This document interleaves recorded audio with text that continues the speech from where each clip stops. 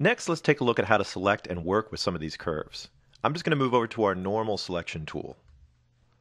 Now when we single click on a curve, we get to select the curve. You can see it shows up a little bit darker and with a crosshatch sort of appearance.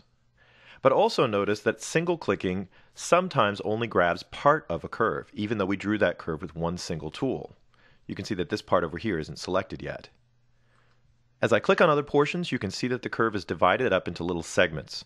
Now the program does this automatically, and it'll do it for every curve that we're looking at. If you want to grab the whole curve, a really quick way to do this is to double click. Double clicking grabs all the curve from beginning to end, and once the curve is selected, you can now grab it and move it around your workspace. Our selection tool also has a couple of other options available as well. Let me double click on this top curve. And up in the Options section of the tool palette, we can see a Straighten and Smooth setting. These are actually tools themselves. If you click on Smooth, it will just smooth the line a little bit, and you'll notice that the curve has a few less bumps and wiggles. If you want more smoothing, you can just click More. And of course, if you overdo it, you can always use Undo. Now we saw earlier how to reshape the curve using the Sub-Selection tool to access the points and handles, but there's actually an easier way using the Normal Selection tool. When a curve is selected, you can move it around and of course smooth or straighten it, but when a curve is deselected, you can reshape it.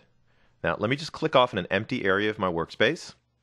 My curve is now deselected, and when I move the selection cursor near it, you can see that the cursor changes to show a couple of little extra icons there. Those icons indicate the ability to reshape our curves.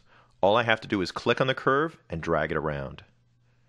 You can see that I'm basically reshaping that curve just like we did with the points and handles, but I don't really have to know where the points and handles are. I can grab the curve at any location and just pull.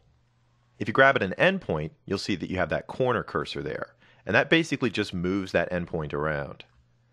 This is the same thing that'll happen at any corner point inside of your curve as well. Now we can do this with any shape. We can do it with ones created with the pencil tool or with the pen tool. And we can even reshape straight line segments as well. Now there's one more modification located in the Options section for the Normal Selection tool, and that's the big magnet icon here. That will turn on snapping. Now this actually is a setting for all the tools, and once it's on, it will stay on until you turn it off again. With snapping, you can grab a hold of something, like the endpoint of this line here, and you'll notice that it has a little circle indicated on it. If I get near to another object, that circle will grow big and it'll snap, giving me a nice, clean, precise connection between those two lines. You can even use snapping in the middle of a line. I'll grab this corner point and drag it down and snap it to this one, and that basically eliminates that section that was in the middle of those two.